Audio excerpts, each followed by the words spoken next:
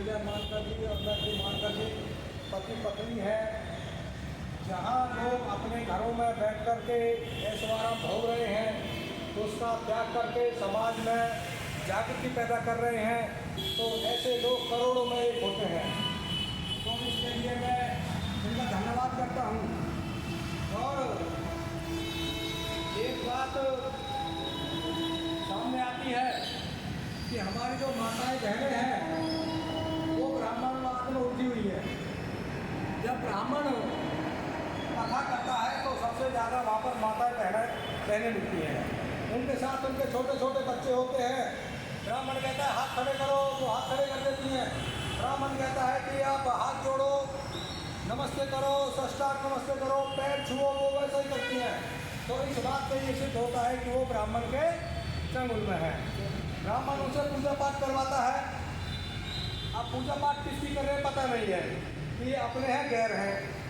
और कई बार मन में ये भय रहता है कि अगर हमने इन देवताओं की पूजा पाठ नहीं की तो हमारे ऊपर समस्याओं का पहाड़ टूट जाएगा, बीमार हो जाएंगे, एक्सीडेंट हो जाएगा, घर मकान टूट जाएगा, नौकरी छूट जाएगी, मतलब इस तरह के भय रहते हैं। तो महिला सोचती कि हमारे परिवार पर कोई समस्या ना आए, तो उसके लिए क्या करती है, उसके लिए वो करती जो चला आ रहा है वो धूप पत्ती लगाओ, अगरबत्ती लगाओ, व्रत रखो, प्रसाद बांटो, मंदिर जाओ, लोग लगाओ, ये करती हैं। अब मैं एक बात बता दूँ, इस दुनिया में 9 धर्म है जिसको कहते हैं हिंदू धर्म। इसका असली नाम है ब्राह्मण धर्म, क्योंकि जिस धर्म को ब्राह्मण चलाते हैं वो ब्राह्मणों का धर्म है और ब्राह्मणों ने इसको बनाया है, ब्राह्मण इसको चला रहे हैं। बच्चे के जन्म लेने से पहले और जन्म लेने के बाद भी सारी व्यवस्था ब्राह्मणों के हाथों में होती है। तो ब्राह्मण डराता है, तो ब्राह्मणों ने भगवान खड़े कर दिए। अब हिंदू धर्म के जो भगवान हैं और दूसरे भगवान उनमें अंतर क्या है? सिखों का भगवान है जैसे माने वाहेगुरु के पास कोई हथियार नहीं है। ईसाई धर्म का भगवान है ईसा मसीह, उसके पास कोई हथियार नहीं है, उनको सूली पर चढ़ा रखा है। बौद्ध धर्म का जैसे भगवान कहते हैं गौतम बुद्ध है। तो दूसरे धर्मों के जो भगवान हैं उनके पास कोई हथियार नहीं है। अब आ जाइए ब्राह्मण धर्म के भगवानों के पास, इनका एक भी भगवान ऐसा नहीं है जिसके पास गंडसा, फरसा, त्रिशूल, भाला, चक्र, कई हाथ, कई मुंह, कोई आग उगल रहा है, कोई गोले फेंक रहा है, तो मतलब एक काली माई है उसने हाथ टाँक रखे, कपड़े बना रखे, बड़े बड़े मुंड उसने टाँक रखे हैं, तो उनको कहते हैं भाई ये हमारे भगवान है। अच्छा एक बात बताओ, ब्राह्मण कहता है कि जो भगवान है ये सर्वशक्तिशाली है, सर्वशक्तिमान है। अगर ये सर्वशक्तिमान है, सर्वशक्तिशाली है, फिर इनको हथियारों की जरूरत क्यों पड़ी? अगर वो शक्तिशाली होगा, मान लीजिए मैं अपने साथ कोई हथियार नहीं लाया, लेकिन मुझे ये पता कि अगर कोई मुझे मारेगा तो मैं उसको मुकाबला कर सकता हूँ, उसके दांत तोड़कर उसके हाथ में लगे सकता हूँ। मुझे पता अगर मैं समझता कि मैं कमज़ोर हूँ, हो सकता है मैं एक लाठी साथ लेके आता, कोई कुल्हाड़ी साथ लेके आता, कोई फरसा साथ ऐसे लेके आता, लेकिन मैं समझता हूँ मैं इतना काबिल हूँ, इतना मैं ताकतवर हूँ कि वो मुझे अगर कोई मारेगा तो उसका सामना कर सकता हूँ। अब हमारे भगवान हैं, ये इतने ताकतवर हैं कि इन्होंने हथियार ले रखे हैं।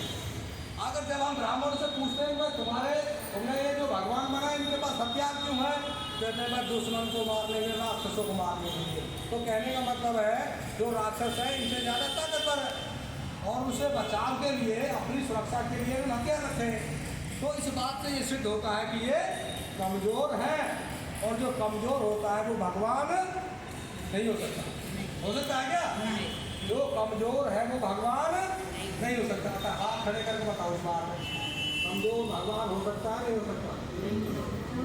कमज़ोर जो है वो भगवान नहीं हो सकता। अच्छा भगवान कैसे होता है कि जब गुंडे लूट खसूट करते हैं तो सबसे पहले वो हथियार दिखाते हैं, बता भाई बंदूक लगा दी कान पे, अब जितने पास तेरा पास माल है वो मुझे दे दे। तो डर के मारे क्या करेगा, ये भाई माल ले जा, पर भाई हम रहकर हमारी जान पकड़ ऐसा करेगा तो माल लेगा, वो चला जाएगा। अगर ऐसे ही जो भगवान इन्होंने बना रखे हैं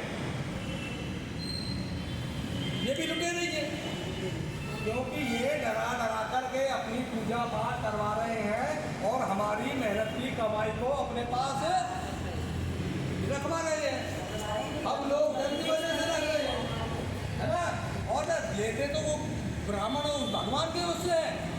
भेदभाव चला जाता ब्राह्मण की जेब में। अगर हमने नकली नोट चढ़ा दिया तो ब्राह्मण कहेगा भाई ये नहीं चलता, तो हम उससे कह सकते भाई हम तुझे थोड़ी दे रहे हैं, हम तो भगवान को दे रहे हैं। अब ब्राह्मण क्यों उसका उदाहरण देगा? तो वो क्या है कि ब्राह्मणों ने ये कमाई का ये धंधा बना रखा है। हिंदू धर्म ये धर्म नहीं है, ये धंधा है, लोगों को गुलाम बना करके रखने का एक षड्यंत्र है, ऐसा बाबा साहब ने कहा है। और बाबा साहब ने 1935 में एक किताब लिखी, जाति व्यवस्था निर्मूलन। उस समय वो भाषण था, लेकिन आज वो किताब बन गई है। और उस किताब में लिखा है कि जो लोगों को गुलाम बना करके रखता है, ऐसे धर्म को खत्म कर देना चाहिए। अब बाबा साहब को कौन कौन मानते हैं? हाथ खड़े करके बताओ। मानते हैं? कोई नहीं मानते।